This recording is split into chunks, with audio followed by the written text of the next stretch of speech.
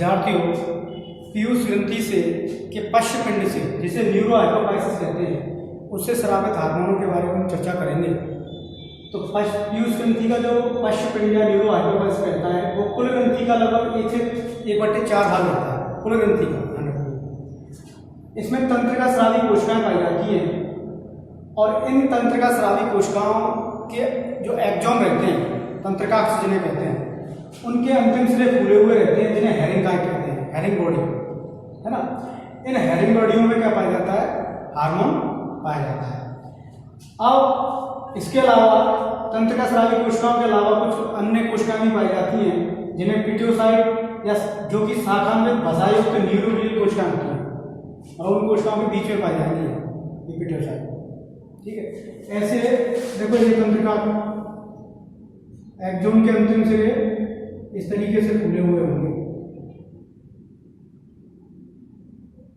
इन्हें हेरिंग कहते हैं। ये एक्सोम है,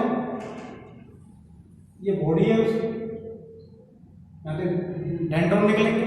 ठीक है, तो कहने का मतलब ये है तंत्रिका कोशिकाएं जिनके अंतिम सिरे फूले हुए हेरिंग है, ये हेरिंग है, इनमें हार्मोन बढ़े हुए हैं, और इनके बीच में कुछ कोशिकाएं पाई जाती हैं, शाखान्वित न्यूरोग्लियल कोशिकाएं हैं। ये जो कोशिकाएं होती हैं वास्तव में, कहने का मतलब है ये पाई कहाँ जाती हैं? हाइपोथैलेमस में पाई जाती हैं। ये पिंड कोई भी हार्मोन स्रावित नहीं करता, संश्लेषित नहीं करता, ठीक है, बनाता नहीं है। तो बनता कहाँ है? हाइपोथैलेमस में बनता है। तो यहाँ तो केवल आ जाता है। तो हाइपोथैलेमस में जो सेंटर पाए जाते हैं जहाँ हार्मोन स्रावित संश्लेषित होता है, जो सुप्रा ऑप्टिक केंद्र है, और एक है पैरावेंट्रिकुलर। सुप्रा ऑप्टिक से एडीएच का स्रावित होता है, जो कि पैरावेंट्रिकुलर से एडीएच और ऑक्सीटोसिन दोनों स्रावित होते हैं। ध्यान रखिए, ये हाइपोथैलेमस में पाए जाते हैं। वास्तव में न्यूरो हाइपोफाइसिस कोई हार्मोन संश्लेषण नहीं होता, ये तो हाइपोथैलेमस भेजता है। अब इसमें जो पीयूष ग्रंथि रहती है उसमें संचय होता है, जो कि विशिष्ट प्रोटीनों की उपस्थिति में होता है। न्यूरोफाइसिन प्रोटीन फर्स्ट, प्रोटीन सेकंड। इन प्रोटीनों की उपस्थिति में हार्मोनों का संचय होता है। कहाँ? पश्च पिंड में। बनता कहाँ है? हाइपोथैलेमस। इनमें बनता है ये कोशिकाएं जैसी।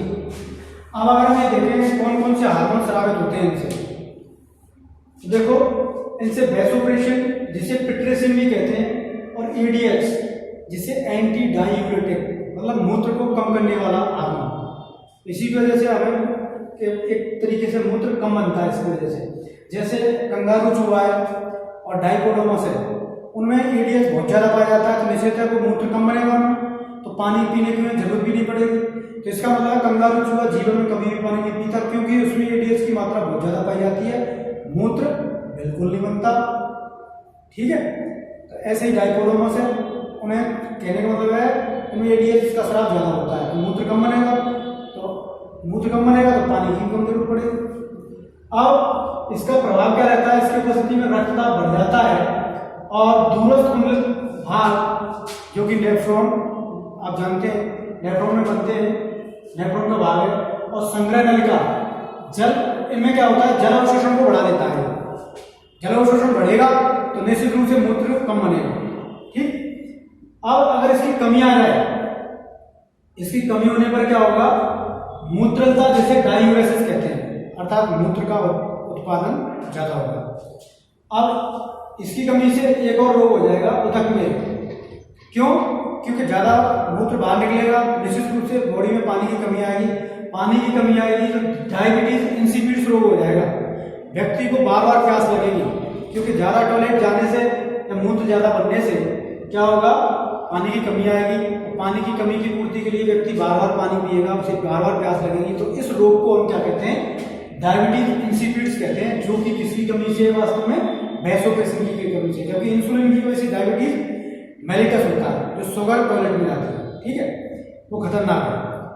अब इसमें क्या होगा? मूत्र का जो आयतन बढ़ जाएगा, जिसे पॉलीयूरिया कह रहे हैं। ध्यान रखनी है, मूत्र का आयतन बढ़ना पॉलीयूरिया है, जबकि मूत्र का अधिक उत्पादन मूत्रलता या डायूरेसिस है। ठीक, ये इसकी कमी से है। और इसकी कमी से एक और होगा, ईसीएफ में जल की कमी हो जाएगी। ईसीएफ में जल की कमी, एक्स्ट्रा सेलुलर फ्लूइड, जो बाहरी कोशिकीय द्रव है, कोशिकाओं से बाहर का जो द्रव है, उसमें जल की कमी क्यों हो जाएगी? क्योंकि मूत्र के द्वारा क्या निकाल दिया है, पानी बाहर निकल गया है, तो निश्चित रूप से वहां कमी आ जाएगी और रक्त दाब कम होगा और मूत्र तनु और रक्त गड़ा। मूत्र तनु यूं होगा क्योंकि ईडीएच की कमी है। ईडीएच क्या करता है, मूत्र को कम बनने देता है, लेकिन यहाँ तो ईडीएच कम है, ईडीएच कम है तो मूत्र तनु अपने आप हो जाएगा। ठीक है, तो ईडीएच की कमी के कारण मूत्र तनु होगा, जबकि एडीएच की अधिकता के कारण मूत्र सांद्र होगा, क्योंकि मूत्र उसे मूत्र विरोधी या मूत्र रोधी हार्मोन बोलते हैं ईडीएच। ठीक है, अब देखो ईडीएच का जो कम स्राव होता है, सामान्यतः क्यों होता है कम स्राव? ईडीएच का कम स्राव जैसे खाली पेट आप चाय पी लें, कॉफी पी लें या ज्यादा अल्कोहल का स्राव कर लें, अल्कोहल का पेय कर लें, पायन ज्यादा अल्कोहल पीने वाले व्यक्तियों में कॉफी चाय जो पीते हैं खाली पेट, उनमें क्या रहता है, ईडीएच का कम स्राव होता है, जिससे ये रोग देखने को मिलते हैं। रक्तदाब बढ़ जाएगा, मूत्र ज्यादा बनेगा और रक्त गाढ़ा हो जाएगा। रक्त में पानी की कमी हो तो गाढ़ा ही हो जाएगा। अब देखते हैं ऑक्सीटोसिन, जिसे पिटोसिन भी कहते हैं, ऑक्सीटोसिन जिसे पिटोसिन भी कहते हैं। ये जो हार्मोन है, ध्यान रखनी है, ये पक्षियों में अंड निक्षेपण के लिए काम आता है, अंडे देने के लिए, और पशुओं में दुग्ध उत्पादन के लिए, और अगर मानव में बात करें तो स्त्रियों में जो सहानुभूतिपूर्ण व्यवहार रहता है, दयापूर्ण जो व्यवहार रहता है, वो वास्तव में ऑक्सीटोसिन के कारण ही होता है। अब इसे बर्थ हार्मोन भी कहते हैं, शिशुजन। बर्थ हार्मोन क्यों कहते हैं? देखो पार्ट्यूशन बोलते हैं वास्तव में शिशुजन को, शिशु जब जन्म लेता है उसे बोलते हैं। तो देखो जो गर्भाशय में जो अरेखित पेशियां पाई जाती हैं, उनमें ये क्या करता है, संकुचन पैदा करता है। संकुचन पैदा करेगा तो निश्चित रूप से क्या होगा, लेबर पेन, प्रसव पीड़ा उत्पन्न होगी, जिसे गर्भाशय संकुचित होगा और बच्चे का क्या होगा, शिशु का जन्म होगा। ध्यान रखिए, तो इसे शिशु जन्म हार्मोन भी कहते हैं।